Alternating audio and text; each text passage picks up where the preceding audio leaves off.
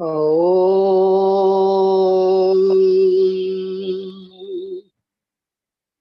ओंकारं बिंदु संयुक्तं नित्यं ध्यायन्ति योगिनः कामदं मोक्षदं चैव ओंकाराय नमो नमः. तर आपण आतापर्यंत भगवान शंकरांच्या आदेशाप्रमाणे त्यांच्या उपदेशाप्रमाणे आपण योग दर्शनाचा अभ्यास करीत आहोत. हा प्रथम स्थूल भागामध्ये आपण बघत आहोत. संपूर्ण लक्षात यावं म्हणून त्याच्यातल्या काही आणखी सूक्ष्म ज्या ज्ञानाच्या साधना आहेत त्या दुसऱ्या याच्यामध्ये बघू. ते स्थूल स्वरूपाचा अध्ययन आहे, कारण हे आयुष्यभर चालणारा अभ्यास आहे. म्हणून आपण प्रथमतः चारही पादाचा स्थूल रूपाने अभ्यास करीत आहोत.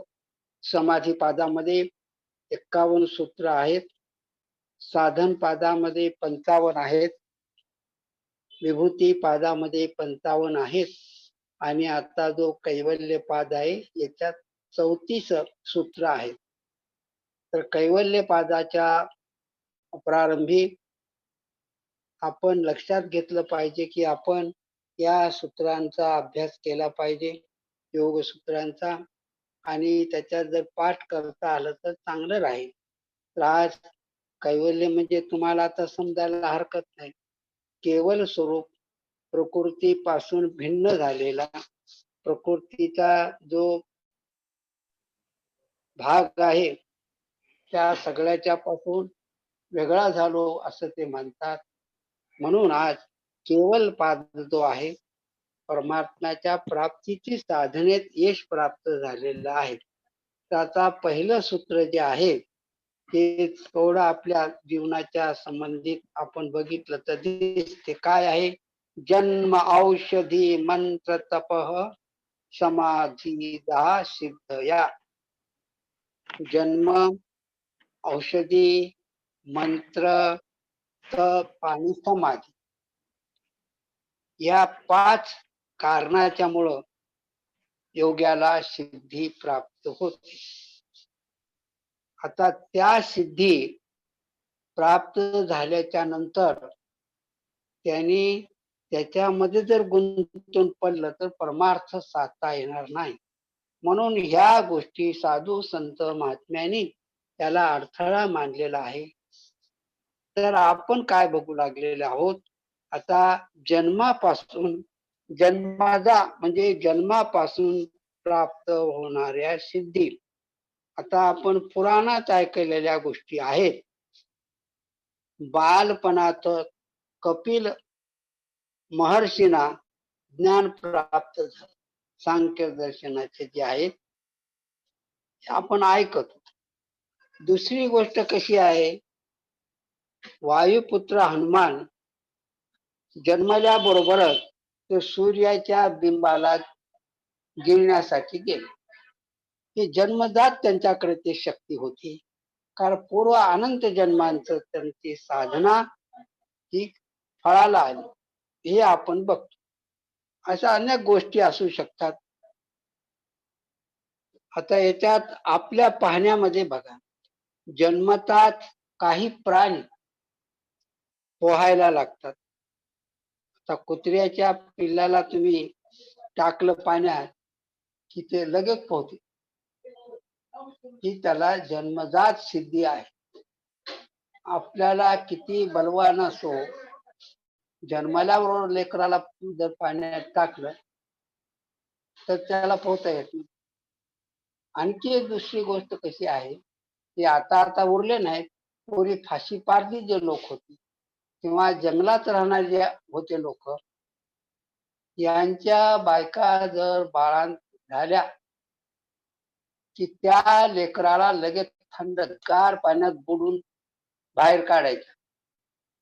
मग आयुष्यभर त्यांना तसा आजार होण्याची शक्यता कमी, कारण त्याचे ते बल प्राप्त होत. आता बघला, आता कुत्र्याच्या पिलाला हे पाण्यात टाकले की पोहायला लागते. दुसरी गोष्ट तशीच बघा, आपण जर पशु एखादी मेला, आता ते राहिलं नाही. आता पूर्वी पशु मेला तर ते आपल्या उघड्यावर ठेवून द्यायचे, पण त्या ठिकाणी घारी यायची आणि असे कितीतरी प्राणी यायचे की ते मांस खायला यायचे. हे त्यांना कसं समजत होतं? आपणाला सर्वसामान्य तिथून जवळून चालत तर एखादी किलोमीटर पर्यंत त्याचा दुर्गंध येत होता सडल्याचं. यांना कसं समजते त्या घारींना? किंवा असे जे दुसरे प्राणी जे आहेत, ते कितीतरी एकही राहत नव्हतं, अचानक घारी जमा होतात. तर त्यांच्यामध्ये ती शक्ती जन्मजात आहे की दुर्गंधी कुठं असेल किंवा त्यांचं खाद्य कुठं असेल तर लगेच त्या ठिकाणी येतात. ही त्यांची शक्ती आहे, त्यांना सिद्धी आहे ती. तसंच बघा, आता काही पक्षी परदेशातले भारतात येतात. इकडे जास्त थंडी असल्यामुळे इकडे येतात. त्याला लगेच समजते की इकडे भारतामध्ये आपल्याला आश्रय मिळते म्हणून. ह्याच सिद्धी आहे. सिद्धी म्हणजे शक्ती, तलाची म्हणतो आपण. ही येते ती. तर हे जन्मजात काही आहेत ते तुम्हाला सांगितलं. जन्मताच त्यांना असते. काही लेकरांचा जन्मजातच गोड आवाज असतो. ते बोलायला तरी आनंद वाटते. लहान लेकराच्या मध्ये बघायचे,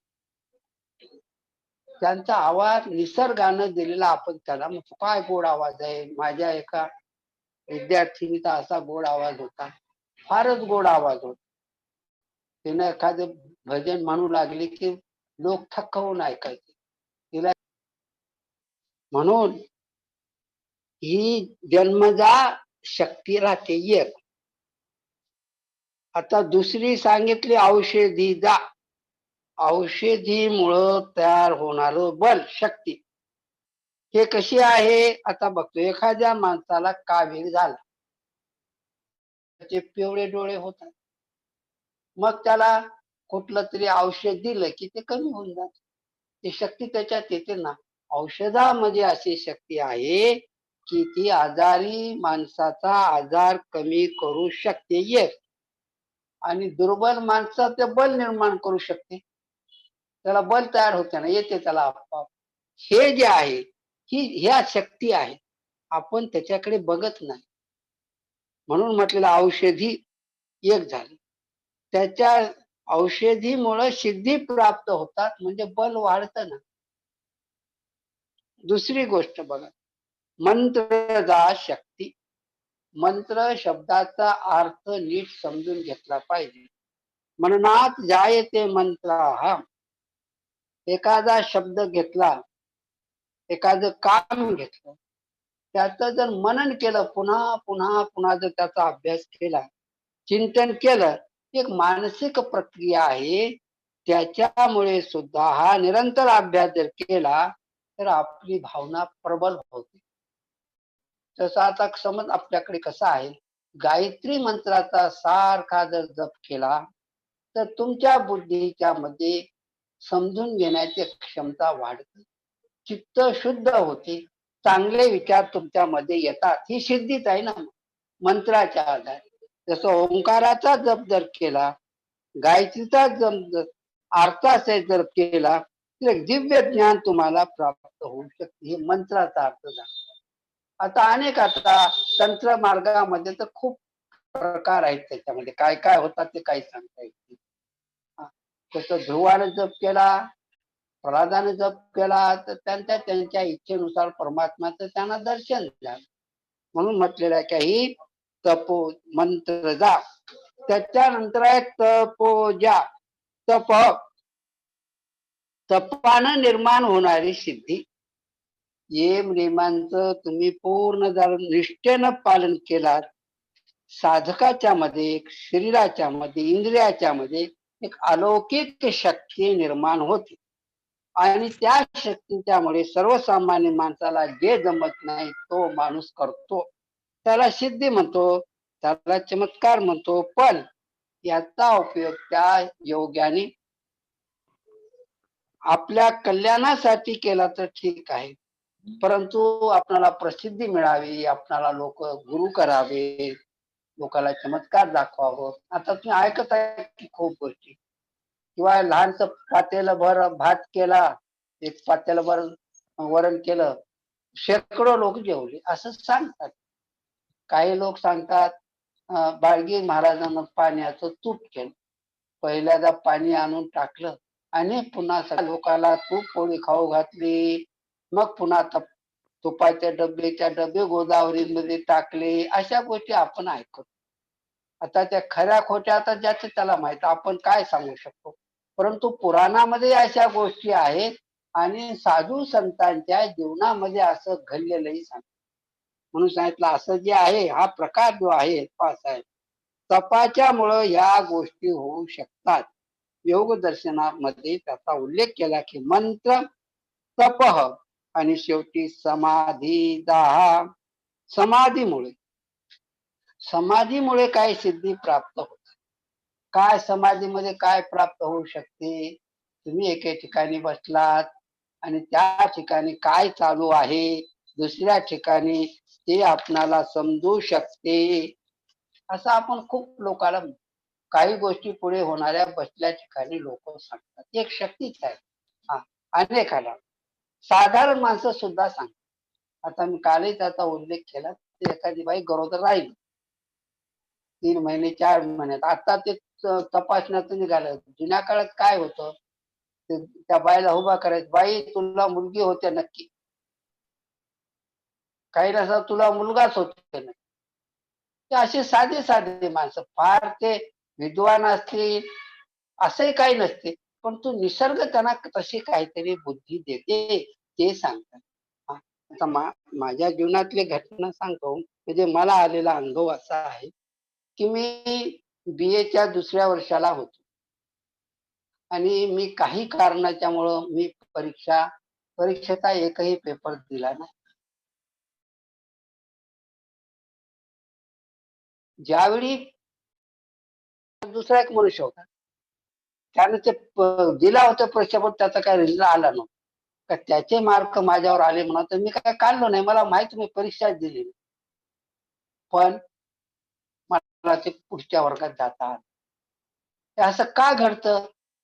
आम्ही काय प्रयत्न केलाय, कोणाला पैसे दिले नाही, त्या काळात नव्हतंही काही असं. असं अनेक वेळा घडते, सामान्य गोष्टीमध्ये घडते. तुम्ही घरातून बाहेर निघाले की वाटतं आपलं काम होते का नाही, ते काय सांगावं उगत वाटते मनाला. मधातून ती एक शक्ती काम करते, तुम्हाला संशय निर्माण करते किंवा उल्हास निर्माण करते. तुमच्यामध्ये शक्ती आहे, तुम्ही त्याची साधना केला तर तुम्हाला त्याचं ज्ञान होऊ शकतं. म्हणून म्हटलेलं आहे की अशा घटना जीवनामध्ये घडतात. म्हणून पहिल्या सूत्रामध्ये काय सांगितलं, जन्म जन्माऔषधी मंत्र तप समाधी सिद्धया, अशा सिद्धी प्राप्त करणाऱ्या त्या 5 गोष्टी सांगितल्या. जन्मामुळं सांगितलं, जन्मामुळं काय घडते, औषधीमुळे ह्याचा नेहमीचाच अनुभव आहे. मंत्रामुळे एकाच पुन्हा पुन्हा जर विचार केला तर तुमच्या अंतःकरणाच्या मध्ये तसं तयार होते ज्ञान. तपाच्यामुळं समाधीच्यामुळं. तर हे पहिल्या सूत्राचा तुम्हाला अर्थ समजला असं गृहीत करायला हरकत नाही. आता दुसरं सूत्र काय आहे, जात्यंतर परिणाम हा प्रकृत्या पुरात. जात्यंतर, जातीमध्ये अंतर करणं. जाती निसर्गता आहे. ह्या आपले ब्राह्मण क्षत्रिय असं नाही त्याचा. जात ही जन्मावरूनच ठरते. जात कशी ठरते, त्याच्या आकारावरून ठरते, त्यांच्या आवाजावरून ठरते, त्यांच्या शरीराच्या, जसं आता वाघ एक जात आहे, मनुष्य एक जात आहे, या अर्थाने. आता आज ज्या समाजात जाती आहेत, आता जाती जवळपास नाही, परंतु आता संघटना बांधून त्याला प्रोत्साहन चालू झालेलं आहे. या जातीत मी असले की मला पैसे मिळतात वगैरे वगैरे काय काय आहे ते आहे. आता कसं आहे, कोणाच्याही मुलीवर बलात्कार झाला आणि तिला मारून टाकलं तर त्याच्या जातीचा काय संबंध आहे? जिच्यावर बलात्कार झाला ती अबला झाली, दुर्बल झाली, तिला न्याय मिळायला पाहिजे. तो न्याय सगळ्यांनी मिळून मिळून दिला पाहिजे ना. असं घडत नाही. ते ह्या जातीचे त्या जातीचे मग ठरलेल्या जातीचे लोक त्याचा उठाव वगैरे वगैरे करतात. आता आपल्या साधूला मारला, आता किती चालू आहे ते. साधूला मारणं अयोग्यच आहे की हो. मग तो हिंदूचा असो, मुसलमानाचा असो, कोणाचाही असो. ही ज्ञानाची कक्षा वाढली पाहिजे. तर जग सुखी होईल. जर पुन्हा जातीचे आपले चालूच झाले ते. आता मी महात्मा गांधीच्या बाबतीत असा विचार करीत होतो माझ्या मुलाच्या बरोबर. काय झालं? महात्मा गांधीचं जे मागणं होतं ते काय झालं? पहिला सगळ्यात मोठी गोष्ट गोहत्या बंदी झाली पाहिजे असा गांधींचा आग्रह होता. झालं का भारतात गोहत्या बंदी? कायद्यानं होते का ते? लोकांना समजलं पाहिजे गायीचं महत्व काय आहे ते. आता हे काय झालं? ते कुठल्या तरी धर्माच्या आधारे आंदोलन होते. गाय ही सर्व दृष्टीनं मनुष्याचे पालन करते, आई सारखी आहे. म्हणून तिचं महत्व समजावून सांगणाऱ्या लोकांचा समुदाय वाढले पाहिजे. गायी कापणाऱ्यापेक्षा खाटकाला गायी विकणारे जास्त पापी समजायला पाहिजे. असं घडत नाही. मला काय सांगायचं आहे की हे जे आहे गांधींचं म्हणणं एक संपलं. गोहत्या बंदी झाली नाही आणि सध्या होण्याची शक्यता नाही. एक. दुसरं काय आहे? दारू बंदी झाली पाहिजे. दारू बंदी झाली का? तेही काही शक्यता नाही. हे दोन गोष्टी आता आंदोलन नेहमी चालू राहतात. प्रत्यक्षात काय घडते ते? आता मुलाने तिसरं सांगितलं मला की पुन्हा म्हणजे गांधीजींचं जे तत्व आहे की साधन शुचिता. तुम्ही पैसे कमावत असताना कमाईचं साधन जे आहे ते शुची पाहिजे, म्हणजे पवित्र असलं पाहिजे. तर हे कसं शक्य आहे? जसं ते मांस विकणाऱ्याच्या बद्दल, दारू विकणाऱ्याच्या बद्दल आहे, तसंच भ्रष्टाचार करणारे जे अधिकारी पुढारी माणसं आहेत ते कोणतं साधन आहे? त्याचं अशुची साधन आहे. शुची आहे का त्याचा? तर माझ्याकडे आता तलाठी आले, त्यांच्यावर बोलत होतो मी, हा विषय निघाला ते. हा, सर्वसामान्य माणसाचं काय बुवा, तलाठी म्हटलंय कामच करणं हो, पैसे दिलं तर कर.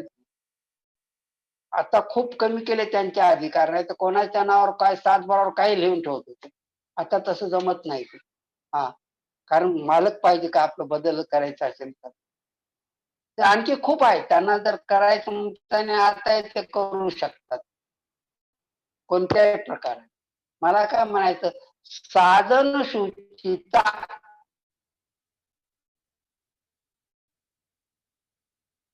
म्हणजे तुम्ही ज्या साधनानं पैसे कमावता, परंतु आपण जर मागच्या इतिहासात पाहिलं म्हणजे आलेल्या कथेमधून, तर काही गोष्टी मोठ्या विचित्र दिसतात.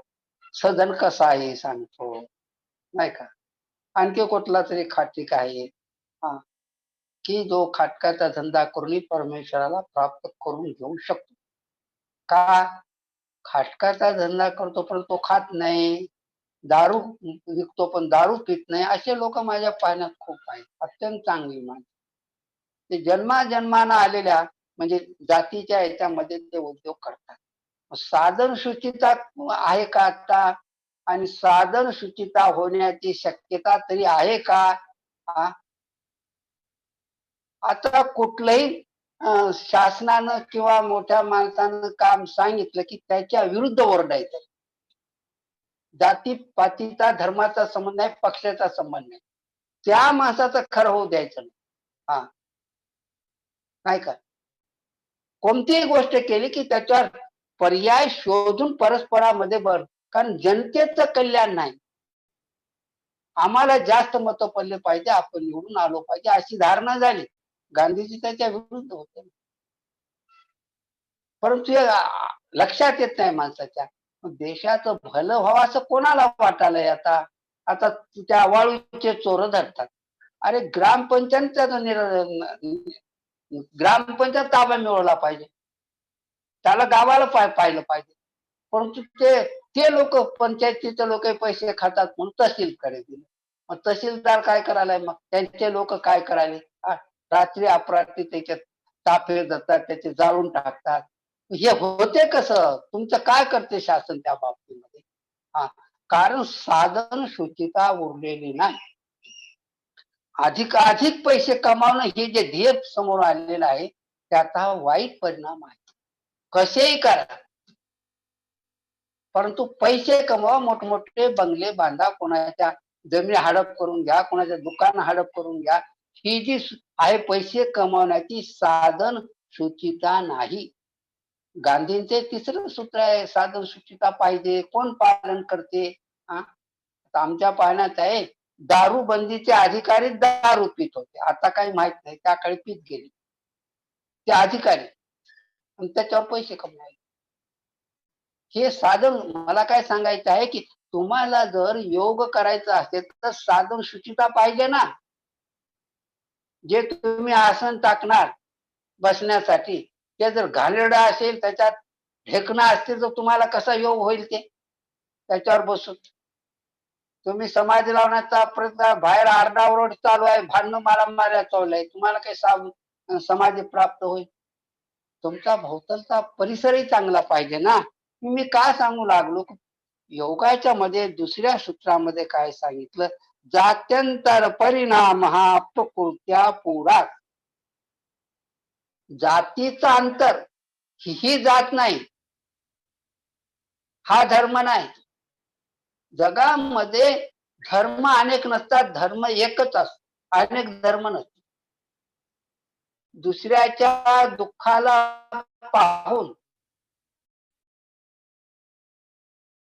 आणि तो त्याला मदत करतो, हे जगात सगळीकडे सारखं आहे. हा काय वेगळा आहे का? हे नाही शिकवत, हा दुसरं काहीतरी शिकवत. त्याचा धर्माशी काही संबंध नाही. आता त्या साधूला मारलं, सगळ्या साधूने, अरे जनतेने एकत्र झालं पाहिजे ना. का मारलं त्यांना? एकच नाही, आता बरेच लोक मरू लागले. आमच्या उमरीच्या जवळ एका साधूला मारलं, लिंगायत समाज. काय झालं? थप्प आहे. त्यावेळी मागणी झाली, त्याला फाशी झाली, हे झाले पाहिजे, तर काय होते? साधन शुचिताच नाही तर तुम्ही पोलिसला दोष देऊन उपयोग नाही, कलेक्टरला दोष उपयोग नाही, पुढाला दोष देऊन, न्यायाधीशाला दोष देऊन उपयोग होणार नाही. तुम्ही लोकांच्या मध्ये असं साधू संतांनी, महात्म्यांनी प्रयत्न केला पाहिजे, त्यांच्या जीवनात परिवर्तन झालं पाहिजे. अरे साधू म्हटलं तर 4-4, 5-5 मजली इमारती कशाला बांधायली तुम्ही? परिग्रह का करायला तुम्ही? परिग्रह असल्यावर मारणार, चोऱ्या होणार तुमच्याकडे. अपरिग्रह पाहिजे. अपरिग्रह म्हणजे काही नको, आवश्यक तेवढं घे. चालता फिरता साधू पाहिजे. जसं नदीचं पाणी वाहत राहते, तसं जो साधू सतत फिरत राहतो, तो शुद्ध पवित्र पाणी असते ना, त्याचा हृदय पवित्र असतो, कुठे थांबत नाही ना. जिथं थांबला की तिथं त्याला ते प्रेम निर्माण होते, आसक्ती निर्माण होते, धन जमा करते, मग चोर त्या धनासाठी मारतात साधू. म्हणून मला काय, जात्यंतर परिणामा, जातीच्या मध्ये अंतर करतो योग्य आहे असं याचा जात्यंतर परिणाम. हा म्हणजे कसं, आता एक गोष्ट आलेली आहे, एक शिकारी माणूस, आता ते लावलं ते बंदूक असो काय तर त्याला त्या मारण्यासाठी, तर पुढे एक हरणाच्या जातीचा प्राणी एका झाडाखाली आहे, उभा आहे.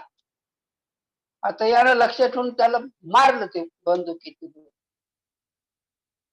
तर तिथं ते गोळी सुटली की ते दिसलंच नाही, ते कोणीकडे गेले की नाही. मग हा तिथं गेला, पाहू लागला, तर त्या ठिकाणी हरणाचे पायाचा ठसा नव्हता, काही नव्हतं. याला दिसलं काय असं, तर त्याला असं म्हटलं, जे योगी मोठे जे लोक असतात चमत्कारिक, ते त्या आपल्या जातीचा परिणाम करतात. म्हणजे योगी हा हरणाच्या रूपात आला, असं याचा जात्यंतर परिणाम हा प्रकृत्या पुरा. प्रकृतीचा आधार घेऊन ते तसं करू शकतो असं म्हटलेलं आहे.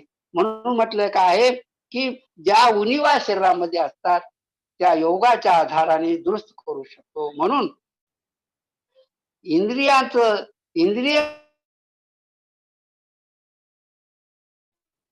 काही सांगता येत नाही. आपला तसा अनुभव नाही. अशा ऐकण्यात आलेल्या गोष्टी तुकाराम महाराज एके ठिकाणी कीर्तन करीत होते. असं मी ऐकलेल्या गोष्टी आहेत. कुठं पूर्णतः पाहिले नाही.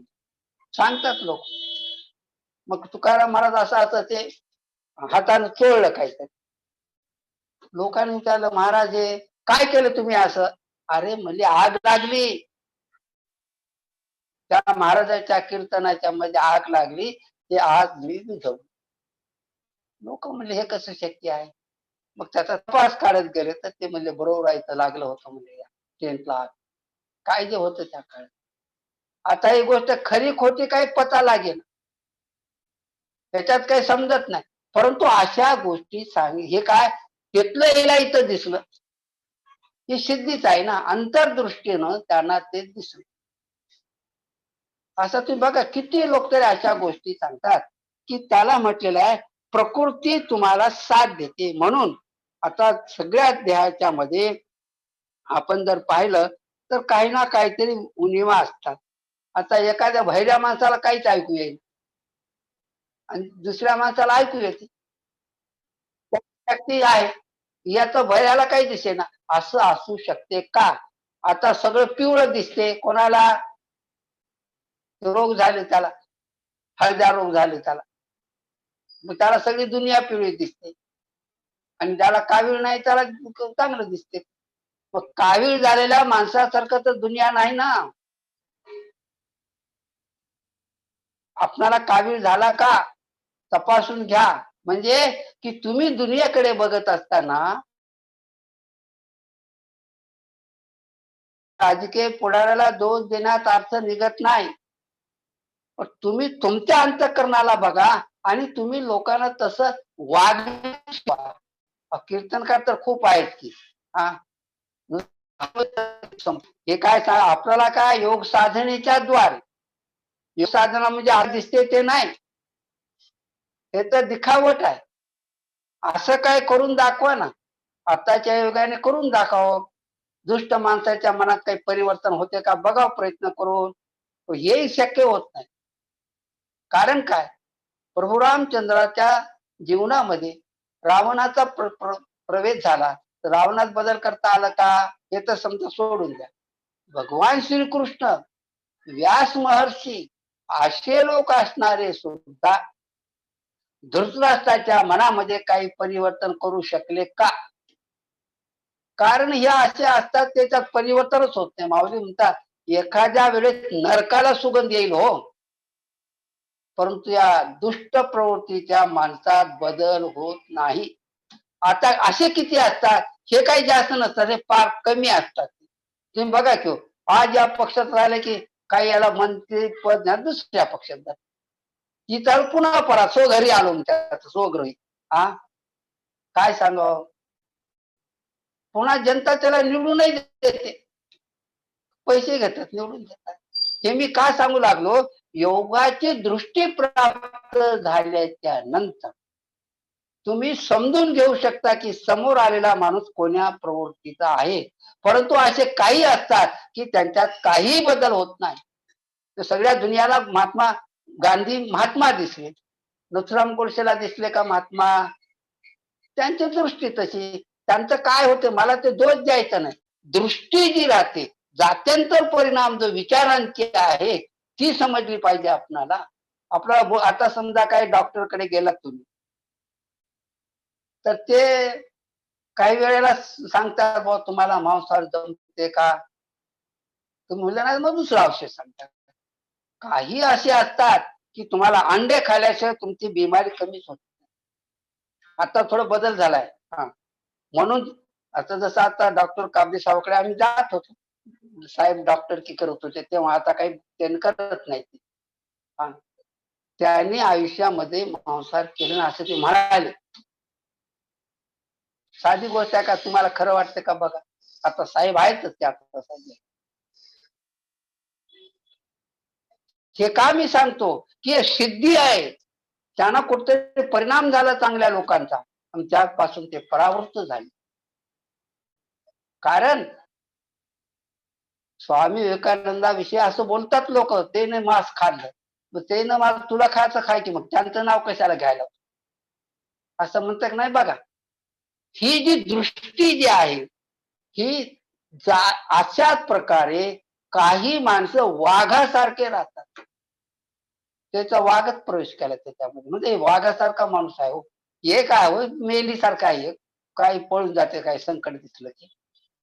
असं का म्हणतो आपण? त्या जातीतले गुण काही माणसात येतात, ते जात्यंतर परिणाम आहे. परिणाम तसा दिसतो. मला काय म्हणायचं की ही गोष्ट करीत असताना आपण योगाचा अभ्यास करू लागलो तर आपल्यामध्ये काय अयोग्य येऊ लागलं का, काही आपल्यात काही अयोग्य विचार येऊ लागले का? अयोग्य माणसाची संगत झाल्यामुळं त्यांनी आपल्यात परिवर्तन करायला पाहिजे. परिवर्तन तर होतेच ना हो. पण कोणात कोणी परिवर्तन करायचं हे किती अवघड आहे, म्हणून म्हटलेलं आहे. म्हणून निमित्त काय आपल्यात पाहिजे की आपण तर चाललो साधनेकडे, परमात्म्याच्या प्राप्तीकडे योग साधना करू लागलो.